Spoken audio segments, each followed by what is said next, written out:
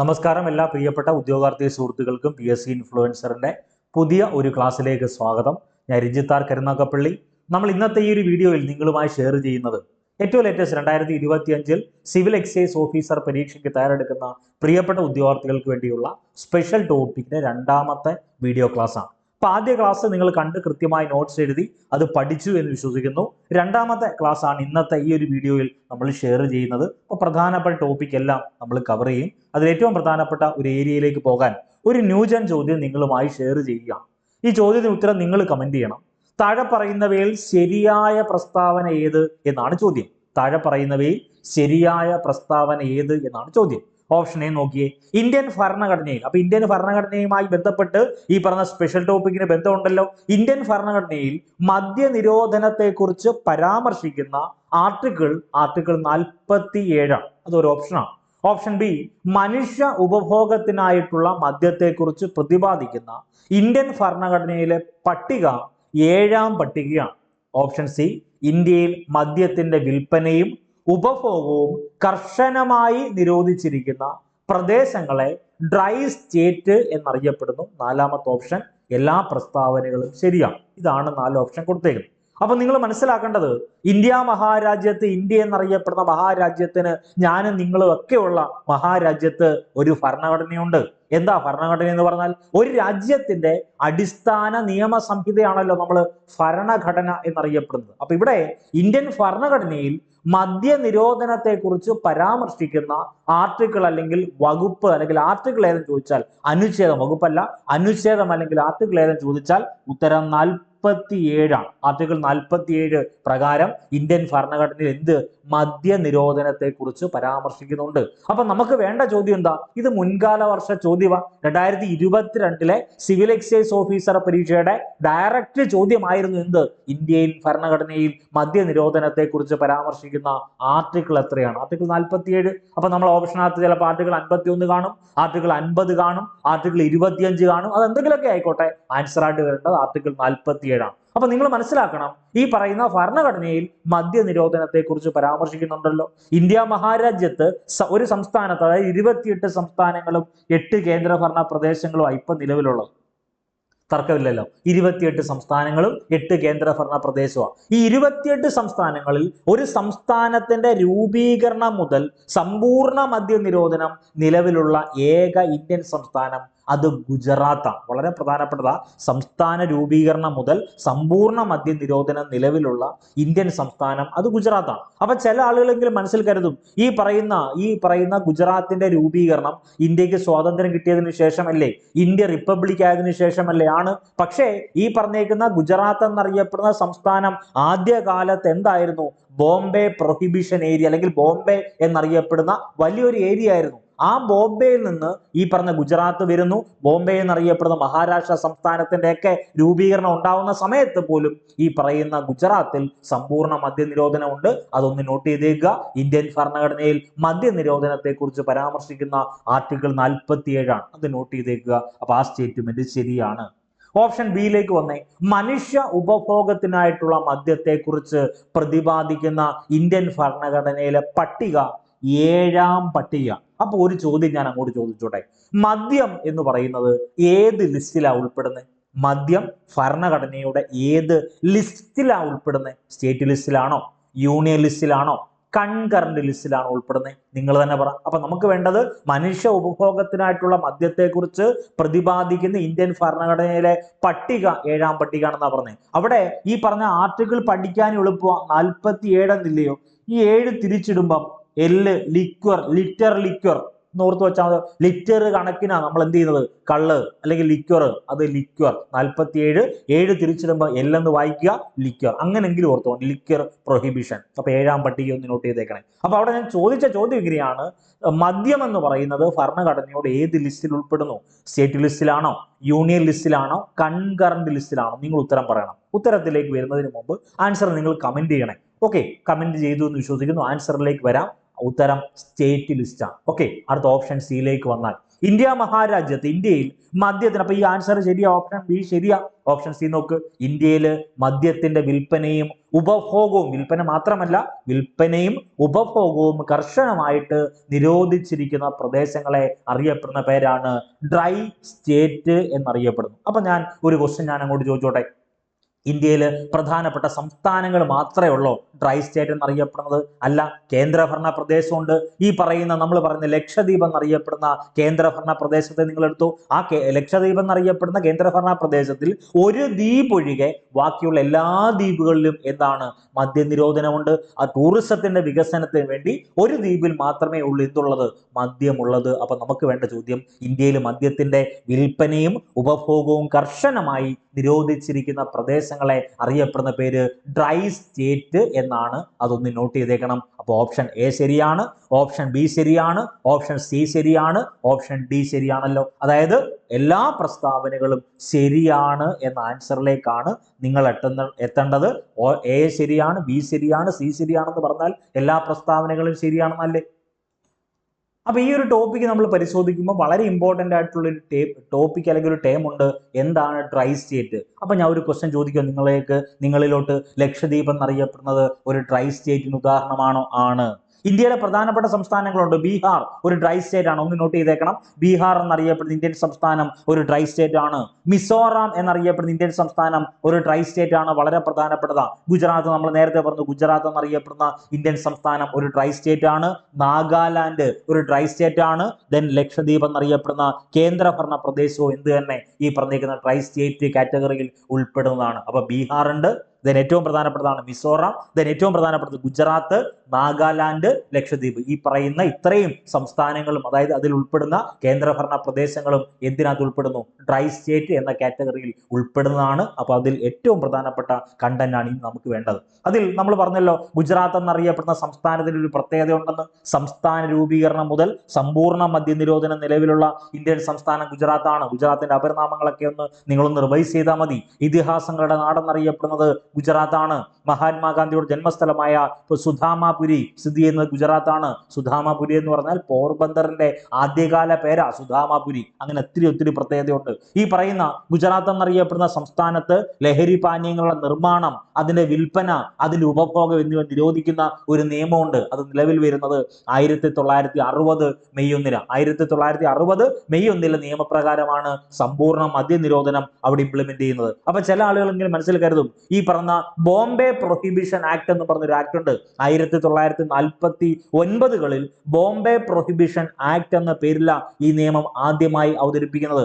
1949 ഈ പറഞ്ഞേക്കുന്ന ഗുജറാത്ത്, ഈ പറയുന്ന മഹാരാഷ്ട്ര എല്ലാം ഒരു ബോംബെ സംസ്ഥാനം എന്ന് പറഞ്ഞൊരു കാറ്റഗറിയാണ്. അതിനുശേഷം 1960 ബോംബെ സംസ്ഥാനം എന്തായിട്ട് മാറും? മഹാരാഷ്ട്ര എന്നും ഗുജറാത്ത് എന്നീ രണ്ട് സംസ്ഥാനങ്ങളായിട്ട് വിഭജിക്കുന്ന സമയത്ത് ഗുജറാത്ത് മാത്രം എന്ത് ചെയ്യും? ഈ പറഞ്ഞേക്കുന്ന പ്രൊഹിബിഷൻ ആക്ട്, അതായത് ലഹരി പാനീയങ്ങളുടെ നിരോധനം, അതിന്റെ വിപണനം, അതിന്റെ ഉപഭോഗം എന്നിവ നിരോധിച്ചുകൊണ്ടുള്ള നിയമം അവർ മാത്രം അക്സെപ്റ്റ് ചെയ്യും, ബോംബെ അക്സെപ്റ്റ് ചെയ്യത്തില്ല. അതൊന്ന് നോട്ട് ചെയ്തേക്കണം, വളരെ പ്രധാനപ്പെട്ടതാണ്. ഓക്കെ, അടുത്ത ചോദ്യത്തിലേക്ക് വരുന്നു. താഴെ പറയുന്ന സംസ്ഥാനങ്ങളിൽ ഇന്ത്യയിലെ ഡ്രൈ സ്റ്റേറ്റുകളിൽ ഉൾപ്പെടാത്ത സംസ്ഥാനം ഏതാ? അപ്പൊ ഞാൻ നേരത്തെ പറഞ്ഞല്ലോ, എന്തുവാ ഈ പറഞ്ഞേക്കുന്ന സ്പെഷ്യൽ ടോപ്പിക്കുമായി ബന്ധപ്പെട്ട്, അബ്കാരി നിയമവുമായി ബന്ധപ്പെട്ട് ഈ പറഞ്ഞ ലഹരി പാനീയ വസ്തുക്കളുടെ ഉപഭോഗവും നിർമ്മാണവും അതിന്റെ വിപണനവും ഒക്കെ ലക്ഷ്യമാക്കിക്കൊണ്ടുള്ള ഡ്രൈ സ്റ്റേറ്റ് എന്നറിയപ്പെടുന്ന കൺസെപ്റ്റ് എന്താണ്? അതായത് ആ സംസ്ഥാനങ്ങളിൽ എന്തില്ല? മദ്യത്തിന്റെ ഉപയോഗമില്ല, മദ്യത്തിന്റെ വിപണനമില്ല, മദ്യത്തിന്റെ യാതൊരു തരത്തിലുള്ള വിൽപ്പനയോ സംഭരണമോ നിർമ്മാണമോ ഇല്ലാത്ത സംസ്ഥാനങ്ങളല്ലയോ ഡ്രൈ സ്റ്റേറ്റ് എന്ന് പറഞ്ഞത്. നമ്മൾ ഏതൊക്കെ സ്റ്റേറ്റുകളാ പറഞ്ഞത്? ബീഹാർ ഒരു ഡ്രൈ സ്റ്റേറ്റിന് ഉദാഹരണമാണെന്ന് പറഞ്ഞു, മിസോറാം ഒരു ഡ്രൈ സ്റ്റേറ്റ് ആണെന്ന് പറഞ്ഞു, ദെൻ ഗുജറാത്ത് ഒരു ഡ്രൈ സ്റ്റേറ്റ് ആണ്, നാഗാലാൻഡ് ഒരു ഡ്രൈ സ്റ്റേറ്റ് ആണ്, ലക്ഷദ്വീപ് എന്നറിയപ്പെടുന്ന കേന്ദ്രഭരണ പ്രദേശവും ഡ്രൈ സ്റ്റേറ്റ് അല്ലയോ. അപ്പൊ താഴെ പറയുന്ന സംസ്ഥാനങ്ങളിൽ ഇന്ത്യയിലെ ഡ്രൈ സ്റ്റേറ്റുകളിൽ ഉൾപ്പെടാത്ത സംസ്ഥാനം ഏതെന്നില്ല ചോദിച്ചേക്കുന്നത്. ഓപ്ഷൻ ആയിട്ട് ത്രിപുര കൊടുത്തേപ്പോണ്ട് നമ്മൾ ഇന്ന് പഠിച്ചതിനകത്ത് എവിടെങ്കിലും നമ്മൾ ത്രിപുരയെ പറഞ്ഞു, ബീഹാറിനെ പറഞ്ഞു, ഗുജറാത്തിനെ പറഞ്ഞു, നാഗാലാൻഡിനെ പറഞ്ഞു. അപ്പൊ ആൻസർ ആയിട്ട് വരേണ്ടത് ഓപ്ഷൻ എ ത്രിപുരയാണ്. ഇതാണ് നമുക്ക് വേണ്ടത്. നമ്മൾ പഠിക്കുന്ന സമയത്ത് എങ്ങനെയാണ് സ്പെഷ്യൽ ടോപ്പിക് ചോദ്യങ്ങൾ എലിമിനേറ്റ് ചെയ്ത് നമ്മുടെ ആൻസറിലേക്ക് എത്തുന്നത് എന്ന ടെക്നിക്കിലൂടെയാണ് നമ്മൾ കടന്നു പോകുന്നത്. രണ്ടാമത്തെ ക്വസ്റ്റ്യൻ്റെ ആൻസർ ത്രിപുരയാണ്. ഓക്കെ ആണല്ലോ. ഇനി മൂന്നാമത്തെ ചോദ്യം നോക്കിയേ. താഴെ പറയുന്നവയിൽ തെറ്റായ പ്രസ്താവന ഏത് എന്നാണ് ചോദ്യം. താഴെ പറയുന്നവയിൽ തെറ്റായ പ്രസ്താവന ഏതെന്നാണ് ചോദ്യം. ഓപ്ഷൻ എ നോക്ക്. സംസ്ഥാന രൂപീകരണം മുതൽ സമ്പൂർണ്ണ മദ്യനിരോധനം നിലവിലുള്ള ഇന്ത്യൻ സംസ്ഥാനം ഗുജറാത്ത്. നമ്മൾ ഇപ്പൊ പഠിപ്പിച്ചതേ ഉള്ളൂ. സംസ്ഥാനത്തിന്റെ രൂപീകരണം മുതൽ സമ്പൂർണ്ണ മദ്യനിരോധനം നിലവിലുള്ള സംസ്ഥാനം ഗുജറാത്താണ്. ആ ഗുജറാത്തിൽ ലഹരി പാനീയങ്ങളുടെ നിർമ്മാണം, അതില്ലെങ്കിൽ സംഭരണം, വിൽപ്പന, ഉപഭോഗം എന്നിവ നിരോധിക്കുന്ന ഒരു നിയമമുണ്ടല്ലോ. അത് 1960 മെയ് 1 നിയമമാണ്. അതൊന്ന് നോട്ട് ചെയ്തേക്കണം. അപ്പൊ ആൻസർ ശരിയാണ്. ഈ പറഞ്ഞേക്കുന്ന ഒന്നാമത്തെ പ്രസ്താവന ശരിയാണ്. ഓപ്ഷൻ ബിയിലേക്ക് വന്നാൽ 1989 മുതൽ നാഗാലാൻഡ് എന്ന സംസ്ഥാനം സമ്പൂർണ്ണ മദ്യനിരോധനം ഏർപ്പെടുത്തി. 1989 മുതലാണ് നാഗാലാൻഡ് എന്നറിയപ്പെടുന്ന ഇന്ത്യൻ സംസ്ഥാനം സമ്പൂർണ്ണ മദ്യനിരോധനം ഏർപ്പെടുത്തുന്നത്. ആ സ്റ്റേറ്റ്മെന്റ് ശരിയാണ്. ഓപ്ഷൻ സിയിലേക്ക് വന്നു. മിസോറാമിൽ ഏറ്റവും അവസാനമായിട്ട് മദ്യനിരോധനം ഏർപ്പെടുത്തിയ വർഷം 2022. അങ്ങനെ 2022 അങ്ങനെ ഒരു മദ്യനിരോധനം ഉണ്ടായിരുന്നെങ്കിൽ നമ്മൾ സോഷ്യൽ മീഡിയ വഴി, ഇൻസ്റ്റാഗ്രാം വഴി, യൂട്യൂബ് വഴി ഒക്കെ അറിയത്തില്ലായിരുന്നു. അപ്പൊ ആൻസർ ആയിട്ട് വരേണ്ടത് ഇതല്ല. അതായത് തെറ്റായ പ്രസ്താവന ആകാൻ സാധ്യതയുള്ളത് ഓപ്ഷൻ സി ആണെന്ന് നമ്മൾ പറഞ്ഞേക്കുക. അപ്പൊ ഇനി അതിലെ കണ്ടന്റിലേക്ക് വരണം. ഈ മിസോറാം എന്നറിയപ്പെടുന്ന സംസ്ഥാനത്ത് ഏറ്റവും അവസാനമായിട്ട് സമ്പൂർണ്ണ മദ്യനിരോധനം നിലവിൽ ഇംപ്ലിമെന്റ് ചെയ്തത് 2019 ഈ പറഞ്ഞേക്കുന്ന മിസോറാമിൽ എന്ത് ചെയ്യുന്നത്? സമ്പൂർണ്ണ മദ്യനിരോധനം ഏർപ്പെടുത്തുന്നത്. അപ്പൊ ഈ പറഞ്ഞേക്കുന്ന ഓപ്ഷൻ സി തെറ്റല്ലേ? ഓപ്ഷൻ ഡിയിലേക്ക് വന്നാൽ ബീഹാരങ്ങളുടെ നാടെന്നറിയപ്പെടുന്ന ബീഹാറിൽ മദ്യനിരോധനം ഏർപ്പെടുത്താൻ കാരണമായ നിയമം 2016 നിയമം. ഈ 2016 നിയമത്തിന്റെ അടിസ്ഥാനത്തിലാണ് ബീഹാറിൽ മദ്യനിരോധനം ഏർപ്പെടുത്തുന്നത്. അതൊന്ന് നോട്ട് ചെയ്തേക്കണം. വളരെ വളരെ പ്രധാനപ്പെട്ടതാണ്. അപ്പോൾ ഓപ്ഷൻ എ ശരിയാണ്, ഓപ്ഷൻ ബി ശരിയാണ്, ഓപ്ഷൻ സി തെറ്റാണ്. തെറ്റായ പ്രസ്താവന ഏതാ? ഓപ്ഷൻ സി ആണ് തെറ്റായ പ്രസ്താവന. അതൊന്ന് നോട്ട് ചെയ്തേക്കണം. വളരെ വളരെ പ്രധാനപ്പെട്ട ചോദ്യമാണ്. ഇനി അടുത്ത ചോദ്യത്തിലേക്ക് വരുന്നു. മദ്യപിച്ച്, നാലാമത്തെ ചോദ്യത്തിലേക്ക് വരുന്നു. മദ്യപിച്ച് വാഹനം ഓടിക്കുന്നതിനെ കുറിച്ച് പരാമർശിക്കുന്ന motor vehicles act 1988 motor vehicles ആക്ടിലെ വകുപ്പ് ഏതാണ്? നമുക്ക് എല്ലാവർക്കും അറിയാവുന്നതാണ്. മദ്യപിച്ച് വാഹനം ഓടിക്കുന്ന സമയത്ത് അപകടങ്ങൾ ഉണ്ടാവാറുണ്ട്. ധാരാളം ജീവനുകൾ ഇല്ലാണ്ടായി പോകാറുണ്ട്, അല്ലെങ്കിൽ ജീവനുകൾ ഇല്ലാതായി മാറാറുണ്ട്. അപ്പൊ അങ്ങനത്തെയൊക്കെയുള്ള ദുരന്ത സമയത്ത്, അല്ലെങ്കിൽ ഒരു സങ്കടകരമായിട്ടുള്ള സാഹചര്യങ്ങളിൽ നമ്മൾ അറിയേണ്ട വളരെ പ്രധാനപ്പെട്ട ഒരു വസ്തുത, മദ്യപിച്ച് എന്ത് ചെയ്യരുത്? വാഹനം ഓടിക്കരുത് എന്നാണ് ആദ്യമേ തന്നെ പറയാനുള്ളത്. മദ്യപിക്കുന്നത് തന്നെ എന്താണ്? നിയമപരമായിട്ട് കുറ്റമാണ്. മദ്യപിച്ച് വാഹനം ഓടിക്കുന്നത് തന്നെ കുറ്റമാണല്ലോ. അപ്പൊ മദ്യപിച്ച് വാഹനം ഓടിക്കുന്നതിനെ കുറിച്ച് പരാമർശിക്കുന്ന motor vehicles act 1988 motor vehicles act ഏതെന്നാണ് ചോദ്യം. ഓപ്ഷൻ എ നോക്കിയേ, section 100, option B section 185, option C section 199, option D ഇതൊന്നുമല്ല. ആൻസർ ആയിട്ട് വരേണ്ടത് ഓപ്ഷൻ ബി സെക്ഷൻ 185. അപ്പൊ ഒരാൾ മദ്യപിച്ചപ്പോ, ഞാൻ മദ്യപിച്ച് വാഹനം ഓടിക്കുകയാണെങ്കിൽ motor vehicle act 1988 motor vehicles act പ്രകാരം സെക്ഷൻ 185 പ്രകാരം എന്താണ്? മദ്യപിച്ച് വാഹനം ഓടിക്കുന്നത് നിയമപരമായി തെറ്റാണ്. അല്ലെങ്കിൽ ഞാൻ എന്താണ്? കുറ്റം ചെയ്യുന്ന ആളാണ്, കുറ്റാരോപിതനല്ല, കുറ്റക്കാരനാണ്. എനിക്ക് നീതിയുടെ മുന്നിൽ എനിക്ക് എന്ത് ചെയ്യാൻ പറ്റത്തില്ല? പ്രതികരിക്കാനായിട്ട് സാധിക്കില്ല. ഇതാണ് ലോജിക്ക്. ഇപ്പൊ മദ്യപിച്ച് വാഹനം ഓടിക്കുന്നതിനെ കുറിച്ച് പരാമർശിക്കുന്ന മോട്ടോർ വെഹിക്കിൾസ് ആക്ട് 1988 വകുപ്പ് സെക്ഷൻ 185. ഈ സെക്ഷൻ 185 പ്രതിപാദിക്കുന്ന വളരെ പ്രധാനപ്പെട്ട കണ്ടന്റ് ഉണ്ട്. എന്താണ് ഇതിന്റെ പിഴ? അതുമായി ബന്ധപ്പെട്ട മറ്റു ഡീറ്റെയിൽസ് നമുക്ക് വേണം. അപ്പൊ സെക്ഷൻ 185 നമ്മൾ നിങ്ങളുമായി ഷെയർ ചെയ്യും. ഓക്കെ, അപ്പൊ നമുക്ക് എല്ലാവർക്കും അറിയാം, ഒരു വാഹനം ഓടിക്കുന്ന ഒരു വ്യക്തിയുടെ രക്തത്തിൽ 100 മില്ലി അല്ലെങ്കിൽ 100 മില്ലി രക്തത്തിൽ ഏകദേശം 300 mg അതിലധികം ആൽക്കഹോളിന്റെ അളവ് കണ്ടെത്തിയാൽ ആ വ്യക്തി ഈ പറഞ്ഞേക്കുന്ന സെക്ഷൻ 185 പ്രകാരം കുറ്റക്കാരനാണെങ്കിൽ നിയമ നടപടി ഉണ്ടല്ലോ. നിയമ നടപടി എന്ന് പറഞ്ഞാൽ ആദ്യത്തെ കുറ്റം, ആദ്യമായിട്ട് ഇത് ചെയ്യുകയാണെങ്കിൽ, ആദ്യമായിട്ട് മദ്യപിച്ച് വാഹനം ഓടിക്കുന്നു, അങ്ങനെ പിടിക്കപ്പെടുകയാണെങ്കിൽ 6 മാസം വരെ തടവ്, 6 മാസം വരെ തടവ്, 10,000 രൂപ പിഴയുമാണ്. ഒന്നാം തവണയാണ്. ഇനി തുടർന്ന് കുറ്റം ചെയ്യുവാണെങ്കിൽ, ഒന്നാമതായിട്ട് ഞാൻ ചെയ്തു അല്ലെങ്കിൽ നിങ്ങളിൽ ഒരാൾ ചെയ്തു, രണ്ടാമതായിട്ടും ചെയ്യുവാണെങ്കിൽ അത് 2 വർഷം വരെ എന്തുണ്ടാവും? തടവുണ്ടാവും, 15,000 രൂപ പിഴയും ഉണ്ടാവും. അതൊന്ന് നോട്ട് ചെയ്തേക്കണം. ഓക്കെ, അതല്ലെങ്കിൽ രണ്ടും കൂടിയ പിഴയായിട്ടാണ് അടയ്ക്കേണ്ടത്. ഒന്നെങ്കിൽ ഈ പറഞ്ഞേക്കുന്ന 2 വർഷം തടവ്, അതുമല്ലെങ്കിൽ 15,000 രൂപ പിഴ, അതുമല്ലെങ്കിൽ രണ്ടും എന്നാണ് പറഞ്ഞേക്കുന്നത്. അപ്പൊ സെക്ഷൻ 185 ഒന്ന് നോട്ട് ചെയ്തേക്കുക. മദ്യപിച്ച് വാഹനം ഓടിക്കുന്നതിനെ കുറിച്ച് പരാമർശിക്കുന്ന മോട്ടോർ വെഹിക്കിൾസ് ആക്ട് 1988 വകുപ്പ് ഓർത്തു വെക്കണം. ആ വകുപ്പ് മാത്രമല്ല പഠിക്കേണ്ടത്, മറിച്ച് ഒന്നാം തവണ പിടിക്കപ്പെട്ടു ആദ്യത്തെ കുറ്റത്തിന് ലഭിക്കുന്ന ശിക്ഷ എന്ന് പറഞ്ഞാൽ എന്താണ്? 6 മാസം വരെ തടവ് കിട്ടും, അതുമല്ലെങ്കിൽ 10,000 രൂപ പിഴ കിട്ടും. ദെൻ അടുത്ത ഈ തെറ്റ് വീണ്ടും ആവർത്തിച്ചു കഴിഞ്ഞാൽ 2 വർഷം വരെ തടവ് കിട്ടും. 2 വർഷം വരെ തടവ് കിട്ടും, 15,000 രൂപ പിഴ, അതുമല്ലെങ്കിൽ രണ്ടും കൂടി അനുഭവിക്കേണ്ടി വരും. ഇതാണ് ഒരു വസ്തുത. അതുകൊണ്ട് പരമാവധി എന്ത് ചെയ്യുക? മദ്യപിച്ച് വാഹനം ഓടിക്കാതിരിക്കുക, പരമാവധി മദ്യം തന്നെ ഉപയോഗിക്കാതിരിക്കുക. ഇത്തരം കാര്യങ്ങൾ നമുക്ക് വേണം ആ ഒരു ടോപ്പിക്കുമായി ബന്ധപ്പെട്ട്. അടുത്തത് പറഞ്ഞല്ലോ, ഇന്നത്തെ ടെസ്റ്റ് സീരീസ് ബാച്ചിൽ രാവിലെ 100 മാർക്കിന്റെ OMR പരീക്ഷ നമ്മൾ അപ്ലോഡ് ചെയ്തിട്ടുണ്ട്. അതുകൂടാതെ സ്പെഷ്യൽ ടോപ്പിക് കണ്ടന്റിന്റെ എക്സാം ഉണ്ട്.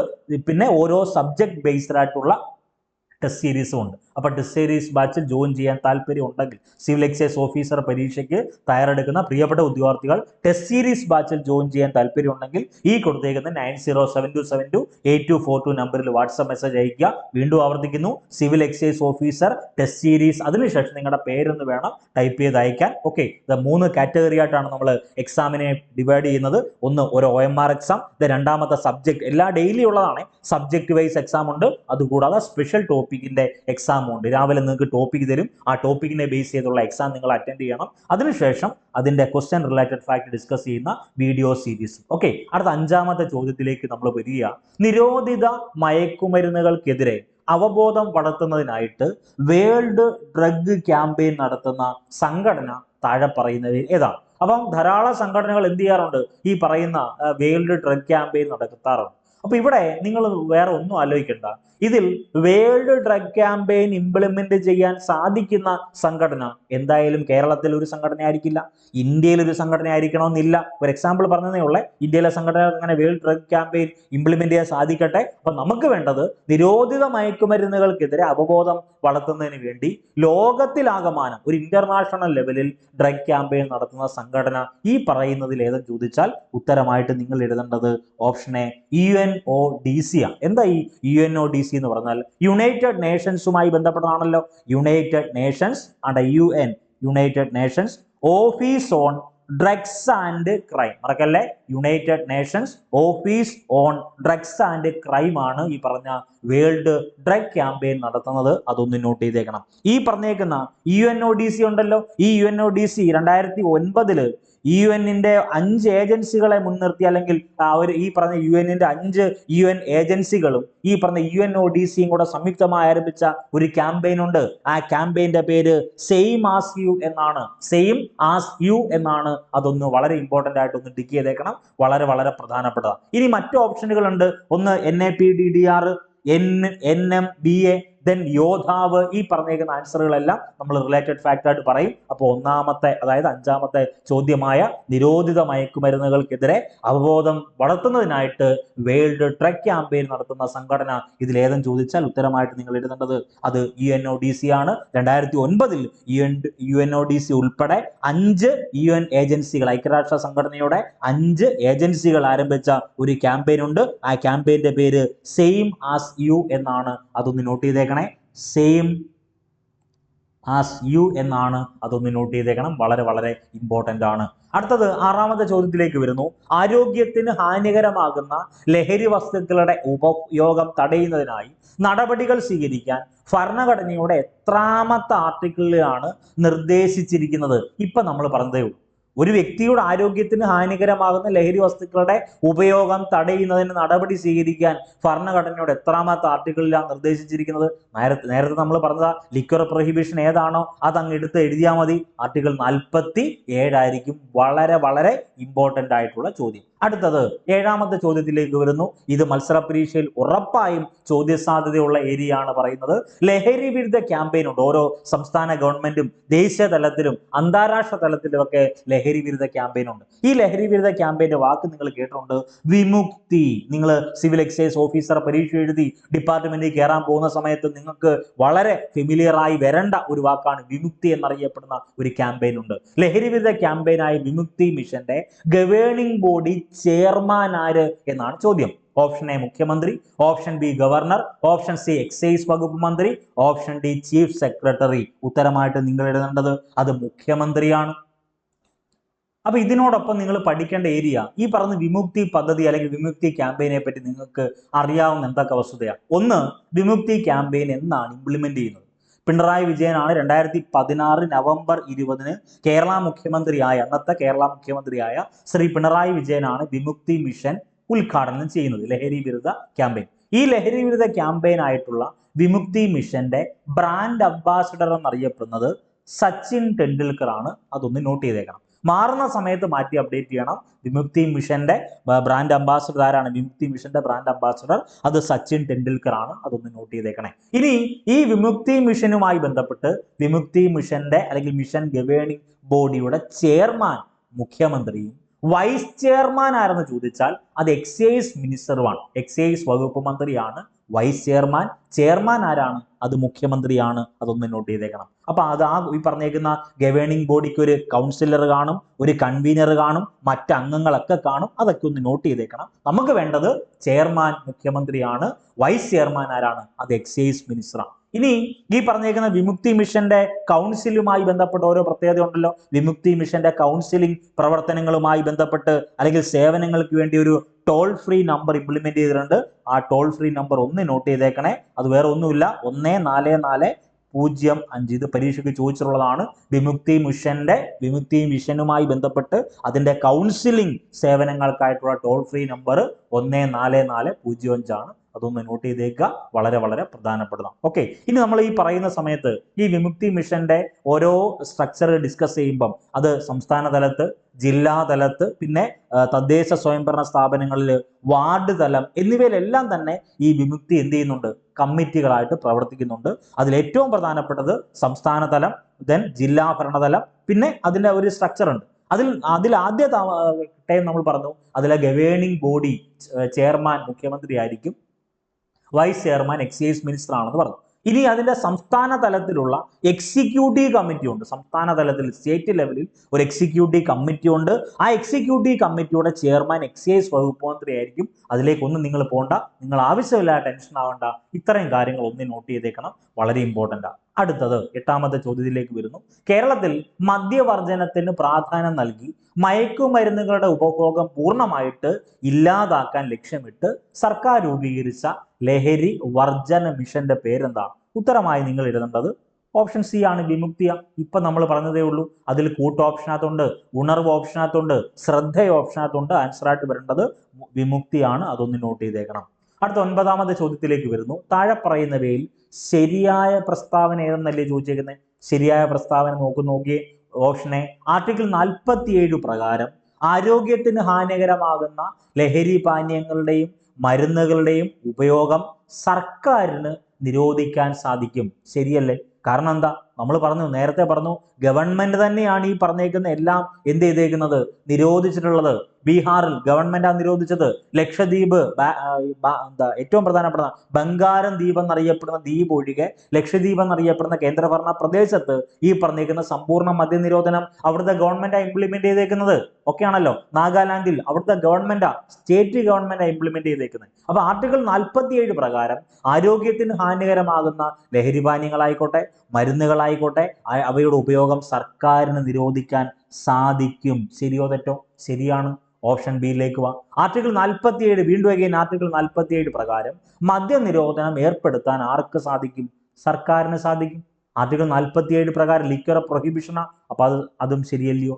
ഓപ്ഷൻ സി നിലവിലെ കേരള എക്സൈസ് വകുപ്പ് മന്ത്രി ശ്രീ MB രാജേഷ് ആണ്. ആ സ്റ്റേറ്റ്മെന്റും ശരിയാണ്. എന്ന് വെച്ചാൽ അതിനർത്ഥം എല്ലാ പ്രസ്താവനകളും ശരിയാണ്. ആൻസർ ആയിട്ട് നിങ്ങൾ എഴുതേണ്ടത് ഓപ്ഷൻ ഡി ആണ്. ക്ലിയർ? അടുത്ത ചോദ്യത്തിലേക്ക് വരുന്നു. 10ാമത്തെ ചോദ്യം. താഴെ പറയുന്നവയിൽ തെറ്റായ പ്രസ്താവന ഏത് എന്നാണ് ചോദ്യം. ഓപ്ഷൻ എ നോക്കിയേ. National action plan for drug demand reduction എന്നത് രാജ്യത്തെ മയക്കുമരുന്ന് ദുരുപയോഗം കുറയ്ക്കാനുള്ള കർമ്മ പദ്ധതിയാണ്. ഇന്ത്യ മഹാരാജ്യത്ത് സമ്പൂർണ്ണമായിട്ട് മയക്കുമരുന്നിന്റെ ദുരുപയോഗം കുറയ്ക്കുക എന്ന ലക്ഷ്യത്തോടു കൂടി കേന്ദ്ര ഗവൺമെന്റ് കൊണ്ടുവന്ന കർമ്മ പദ്ധതിയുടെ പേരാണ് national action plan for drug demand reduction. അപ്പൊ ആ സ്റ്റേറ്റ്മെന്റ് ശരിയാ. ഓപ്ഷൻ ബി നോക്കിയേ, ഇന്ത്യയിൽ നശമുക്ത് ഭാരത് അഭിയാൻ അല്ലെങ്കിൽ NMBA പദ്ധതിയുണ്ട്. അതും എന്തിനെതിരെ? ഈ പറഞ്ഞേക്കുന്ന മദ്യം, മയക്കുമരുന്ന് എന്നീ സംവിധാനങ്ങൾക്കെതിരെ കൊണ്ടുവന്ന പ്രധാനപ്പെട്ട ഒരു പദ്ധതിയാണ് നശമുക്ത് ഭാരത് അഭിയാൻ, NMBA എന്ന് പറയും. ഈ പദ്ധതി ആരംഭിക്കുന്നത് 2020 ഓഗസ്റ്റ് 15-നാണ്. ആ സ്റ്റേറ്റ്മെന്റ് ശരിയാ. ഓപ്ഷൻ സിയിലേക്ക് വന്നാൽ ദേശീയ ടോൾ ഫ്രീ ഡി അഡിക്ഷൻ, വളരെ ഇമ്പോർട്ടൻ്റ് ആണ്, ദേശീയ toll free de addiction helpline number 14405. ഈ 14405 സ്വല്പം മുന്നേ നമ്മൾ പറഞ്ഞാണല്ലോ, വിമുക്തിയുമായി ബന്ധപ്പെട്ട് വിമുക്തി മിഷന്റെ കൗൺസിലിംഗ് സേവനങ്ങൾക്കായിട്ടുള്ള ടോൾ ഫ്രീ നമ്പറാണ് 14405. അപ്പൊ ഈ സ്റ്റേറ്റ്മെന്റ് തെറ്റല്ലേ? ഓപ്ഷൻ ഡി നോക്ക്. സുബോധം പദ്ധതി എന്നും പറഞ്ഞൊരു പദ്ധതിയുണ്ട്, കേരളത്തിൽ ഇംപ്ലിമെന്റ് ചെയ്ത ഈ ലഹരി വിരുദ്ധ ക്യാമ്പയിനുമായി ബന്ധപ്പെട്ട ഒരു പദ്ധതിയാണ്. അന്നത്തെ മുഖ്യമന്ത്രിയായ ശ്രീ ഉമ്മൻചാണ്ടിയാണ് ഈ പദ്ധതി ഇംപ്ലിമെന്റ് ചെയ്തത്. സുബോധം പദ്ധതി 2015-ലാണ് ഇംപ്ലിമെന്റ് ചെയ്തത്. അതൊന്ന് നോട്ട് ചെയ്തേക്കണം. അപ്പൊ 2015-ലാണ് സുബോധം പദ്ധതി കേരളത്തിൽ ആരംഭിക്കുന്നത്. അന്നത്തെ മുഖ്യമന്ത്രിയായ ഉമ്മൻചാണ്ടിയാണ് ആ സുബോധം പദ്ധതി ഇംപ്ലിമെന്റ് ചെയ്തത്. അതും ഒന്ന് ഓർത്ത് നോക്കുക, അത് ആൻസറായിട്ട് വരണം. അത് ഓപ്ഷൻ ഡി ശരിയായ പ്രസ്താവനയാണ്. അപ്പൊ തെറ്റായ പ്രസ്താവന ദേശീയ toll free de addiction helpline number എന്തല്ല, 14405 അല്ല, അത് 14446 ആണ്. ഇതാണ് ആൻസറായിട്ട് വരേണ്ടത്. അപ്പൊ തെറ്റായ പ്രസ്താവന ഓപ്ഷൻ സി ആണ്. ദെൻ 11ാമത്തെ ചോദ്യം, കേരള സർക്കാരിന്റെ വിജ്ഞാപന പ്രകാരം, നമ്മൾ നേരത്തെ ഫസ്റ്റ് ക്ലാസ്സിൽ സിവിൽ എക്സൈസ് ഓഫീസർ പരീക്ഷയുടെ സ്പെഷ്യൽ ടോപ്പിക്കിന്റെ ഫസ്റ്റ് ക്ലാസ്സിൽ ഈ കണ്ടന്റ് പറഞ്ഞിരുന്നു. കേരള സർക്കാരിന്റെ ഒരു വിജ്ഞാപന പ്രകാരം ഒരു വ്യക്തിക്ക് ലൈസൻസോ അല്ലെങ്കിൽ പെർമിറ്റോ എന്നിവ ഇല്ലാതെ കൈവശം വെക്കാവുന്ന പൊസഷൻ റൈറ്റ് ഉള്ള കുറച്ച് ഇന്ത്യൻ നിർമ്മിത വിദേശ മദ്യം, ദെൻ വിദേശ മദ്യത്തിന്റെ അല്ലെങ്കിൽ കള്ളിന്റെ, ബിയറിന്റെ ഒക്കെ അളവ് പരമാവധി എത്ര ആണെന്ന് പ്രീവിയസ് ക്ലാസ്സിൽ പറഞ്ഞു. അപ്പൊ ഇതിന്റെ ആൻസറിലേക്ക് വരുന്നു. കേരള സർക്കാരിന്റെ വിജ്ഞാപന പ്രകാരം ഒരു വ്യക്തിക്ക് ലൈസൻസോ പെർമിറ്റോ ഇല്ലാതെ കൈവശം വെക്കാവുന്ന ഓരോ മദ്യത്തിനും പരമാവധി അളവുണ്ട്. അതിൽ ഒന്നാമത്തത് ഈ പറഞ്ഞേക്കുന്ന ഇന്ത്യൻ നിർമ്മിത വിദേശ മദ്യം, വളരെ ഇമ്പോർട്ടൻ്റ് ആണ്. ഇന്ത്യൻ നിർമ്മിത വിദേശ മദ്യം എന്നാണ് ചോദിക്കുന്നതെങ്കിൽ ഉത്തരമായിട്ട് നിങ്ങൾ എഴുതേണ്ടത് 3.5 ലിറ്ററാണ്. അപ്പൊ ഇന്ത്യൻ നിർമ്മിത വിദേശ മദ്യം 3.5 ലിറ്റർ ഒരു വ്യക്തിക്ക് അതായത് 23 വയസ്സിൽ കഴിഞ്ഞ് 23 വയസ്സ് പൂർത്തിയായ ഇന്ത്യയിലെ അല്ല കേരളത്തിലെ ഒരു വ്യക്തി കേരള സർക്കാരിന്റെ വിജ്ഞാപന പ്രകാരം 3.5 ലിറ്റർ ഇന്ത്യൻ നിർമ്മിത വിദേശ മദ്യം കൈവശം വെക്കാം. അതിൽ മുകളിൽ വെക്കുവാണെങ്കിൽ അകത്ത് പോവും, കുറ്റം ചെയ്യുന്നതായിട്ട് കണക്കാക്കപ്പെടും. ഇതാണ് നമുക്ക് വേണ്ടത്. അപ്പൊ ഈ പറഞ്ഞ 2.5 ലിറ്ററിന് ഒരു ആൻസർ ഉണ്ട്, 3 ലിറ്ററിന് ഒരു ആൻസർ ഉണ്ട്, 1.5 ലിറ്ററിന് ഒരു ആൻസർ ഉണ്ടല്ലോ. അതിലൊരു ചെറിയൊരു തിരുത്തുണ്ട്. അതായത് കേരള സർക്കാരിന്റെ വിജ്ഞാപന പ്രകാരം ഒരു വ്യക്തിക്ക് ലൈസൻസ്, പെർമിറ്റ് എന്നിവ കൂടാതെ കൈവശം വെക്കുന്ന ഇന്ത്യൻ നിർമ്മിത വിദേശ മദ്യത്തിന്റെ പരമാവധി അളവെന്ന് പറഞ്ഞാൽ 3.5 അല്ല, 3 ലിറ്ററാണ്. അപ്പോൾ ബാക്കിയുള്ള ഓപ്ഷൻ നമുക്ക് വേണം. ഈ പറഞ്ഞേക്കുന്ന 1.5 ലിറ്ററിന്റെ ആൻസർ എന്താണ്? 1.5 ലിറ്റർ ഒരു വ്യക്തിക്ക്, അതായത് പെർമിറ്റോ ലൈസൻസോ ഒന്നില്ലാതെ കള്ളിന്റെ അളവ്, കയ്യിൽ വെക്കാൻ പറ്റുന്ന കള്ളിന്റെ അളവാണ് 1.5 ലിറ്റർ എന്ന് പറയുന്നത്. ഇന്ത്യൻ നിർമ്മിത വിദേശ മദ്യം ഉണ്ട്, അത് 3 ലിറ്ററേ കയ്യിൽ വെക്കാവൂ. ഇന്ത്യൻ നിർമ്മിത, വീണ്ടും ആവർത്തിക്കുന്നു, ഇന്ത്യൻ നിർമ്മിത വിദേശ മദ്യത്തിന്റെ പരമാവധി അളവ് 3 ലിറ്ററും. ബിയറും വൈനും ആണെങ്കിൽ അത് 3.5 ലിറ്ററാണ്. ബിയറും വൈനും ആണെങ്കിൽ 3.5 ലിറ്റർ. ദെൻ വിദേശ നിർമ്മിത വിദേശ മദ്യം ഉണ്ട്, വിദേശ നിർമ്മിത വിദേശ മദ്യം 2.5 ലിറ്റർ മാത്രമേ ഒരാളുടെ കയ്യിൽ നിയമപരമായിട്ട് ലൈസൻസോ പെർമിറ്റോ ഇല്ലാതെ കൈവശം വെക്കാൻ പറ്റൂ. കോക്കോ ബ്രാൻഡി 1 ലിറ്ററാണ്. കഴിഞ്ഞ ക്ലാസ്സിൽ അത് എടുത്തതാണ്. അപ്പൊ ഇതിന്റെ ആൻസർ ചെറിയൊരു തിരുത്തുണ്ട്. തിരുത്തിതാണ് ആൻസർ 3 ലിറ്ററാണ്. ഓക്കെ, അടുത്ത കണ്ടന്റിലേക്ക് വരും. അബ്കാരി നിയമത്തിലെ സെക്ഷൻ 55(1) പ്രകാരം സിനിമാ തിയേറ്ററിൽ സിനിമ പ്രദർശിപ്പിക്കുമ്പോൾ മദ്യം ഉപയോഗിക്കുന്നത് വിലക്കുന്ന ഒരു മുന്നറിയിപ്പുണ്ടല്ലോ. ആ മുന്നറിയിപ്പിന്റെ കുറഞ്ഞളവ്, അതായത് സ്ക്രീനിൽ ആ വിലക്കുന്ന ഒരു മുന്നറിയിപ്പ് കൊടുക്കുന്നതിന്റെ കുറഞ്ഞളവ് എത്രയാണെന്നാണ് ചോദ്യം. ഉത്തരമായിട്ട് നിങ്ങൾ എഴുതേണ്ടത് സ്ക്രീനിന്റെ 10-1 ഭാഗം. അബ്കാരി നിയമത്തിലെ ആ ഒരു സെക്ഷൻ പ്രകാരം സിനിമാ തിയേറ്ററിൽ സിനിമ പ്രദർശിപ്പിക്കുന്ന സമയത്ത് മദ്യം ഉപയോഗിക്കുന്നത് വിലക്കും. മദ്യപാനം ആരോഗ്യത്തിന് ഹാനികരം എന്ന് പറഞ്ഞ് നമ്മൾ വിലക്കുന്ന ഒരു മുന്നറിയിപ്പ് കൊടുക്കത്തില്ലേ. അപ്പൊ അത് ആ സ്ക്രീനിന്റെ, നമ്മൾ സിനിമ കാണുന്ന സിനിമാ തിയേറ്ററിന്റെ സ്ക്രീനിന്റെ 10-1 ഭാഗം വേണമെന്നാണ് അബ്കാരി നിയമത്തിലെ സെക്ഷൻ 55 പ്രതിപാദിക്കുന്നത്. 13ാമത്തെ ചോദ്യം, കേരള സ്റ്റേറ്റ് ബിവറേജസ് കോർപ്പറേഷൻ ലിമിറ്റഡിന്റെ ആസ്ഥാനം എവിടെ സ്ഥിതി ചെയ്യുന്നു? നിങ്ങൾ തന്നെ പറഞ്ഞേ. ആൻസർ എവിടെയാണ്? കേരള സ്റ്റേറ്റ് ബിവറേജസ് കോർപ്പറേഷന്റെ ലിമിറ്റഡിന്റെ ആസ്ഥാനം എവിടെയാണ് സ്ഥിതി ചെയ്യുന്നത്? ആൻസർ ഓപ്ഷൻ ബി, തിരുവനന്തപുരത്താണ് സ്ഥിതി ചെയ്യുന്നത്. കേരള സ്റ്റേറ്റ് ബിവറേജസ് കോർപ്പറേഷൻ ലിമിറ്റഡിന്റെ ആസ്ഥാനം സ്ഥിതി ചെയ്യുന്നത്. അതൊന്ന് നോട്ട് ചെയ്തേക്കണം. then 14ാമത്തെ ചോദ്യം, കേരളത്തിൽ മദ്യപിക്കുന്നവർക്കും മദ്യം വാങ്ങുന്നവർക്കും നിയമപ്രകാരം ഉണ്ടായിരിക്കേണ്ട കുറഞ്ഞ പ്രായം എത്രയാണ്? കഴിഞ്ഞ ക്ലാസ്സിൽ എടുത്തത് ഓപ്ഷൻ സി, 23 വയസ്സാണ് കേരളത്തിൽ മദ്യപിക്കുന്നവർക്കും മദ്യം വാങ്ങുന്നവർക്കും നിയമപ്രകാരം ഉണ്ടായിരിക്കേണ്ട കുറഞ്ഞ പ്രായം. then ഓപ്ഷൻ 15ാമത്തെ ചോദ്യം, അബ്കാരി നിയമത്തിൽ ഏത് വകുപ്പ് പ്രകാരമാണ് കുറ്റകരമായ ഗൂഢാലോചന കുറ്റകൃത്യമാകുന്നത്? അബ്കാരി നിയമത്തിലെ ഏത് വകുപ്പ്? Option A 55 B, 55 C, 55 D, 55 answer ആയിട്ട് വരേണ്ടത് ഓപ്ഷൻ സി 55 ഡി പ്രകാരമാണ് അബ്കാരി നിയമത്തിലെ ഈ പറഞ്ഞേക്കുന്ന കുറ്റകരമായ ഗൂഢാലോചന കുറ്റകൃത്യമാകുന്നത്. ഇത്രയും കണ്ടന്റ് ആണ് നമ്മൾ ഇന്നത്തെ ഈ ഒരു ടെസ്റ്റ് സീരീസിന്റെ റിലേറ്റഡ് ഫാക്ടർ ഡിസ്കസ് ചെയ്തത്. ആത്മാർത്ഥമായിട്ട് പഠിക്കുക. വരാൻ പോകുന്ന സിവിൽ എക്സൈസ് ഓഫീസർ പരീക്ഷയിൽ ഉന്നത റാങ്ക് നിങ്ങൾ കിട്ടട്ടെ എന്ന് ആത്മാർത്ഥമായി പ്രാർത്ഥിക്കുന്നു. നന്ദി, നമസ്കാരം.